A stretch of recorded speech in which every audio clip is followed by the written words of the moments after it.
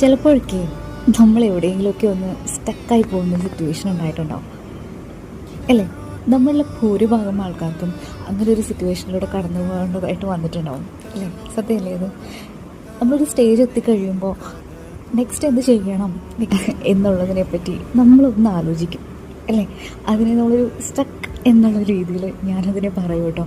എന്തിനാ ഇതൊക്കെ പറയുന്നത് എന്നല്ലേ?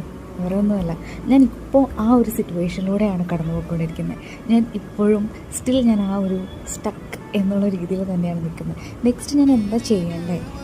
എനിക്കൊന്നിനോടും യാതൊരു താല്പര്യം തോന്നുന്നില്ല, ചെയ്യണം എന്ന് പോലും അറിയാത്തൊരു സിറ്റുവേഷനാണ് കേട്ടോ. അതായത് എനിക്കൊരു കൺഫ്യൂഷൻ പോലെയാണ്, ഒരു കോൺഫിഡൻസ് ഇല്ല. പഠിക്കണം എന്നുണ്ട്, പഠിക്കാൻ പറ്റണില്ല. വായിക്കണം എന്നുണ്ട്, വായിക്കാൻ ഒക്കണില്ല.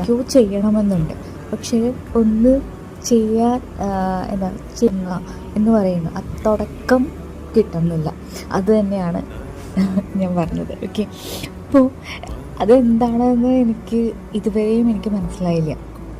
ഇപ്പോൾ ഞാൻ ഈ കാണിക്കുന്ന ഓരോ ക്ലിപ്സും ഞാൻ സേവ് ചെയ്ത് സ്റ്റോർ ചെയ്ത് വെച്ചിരിക്കുന്ന കുറച്ച് ക്ലിപ്പ്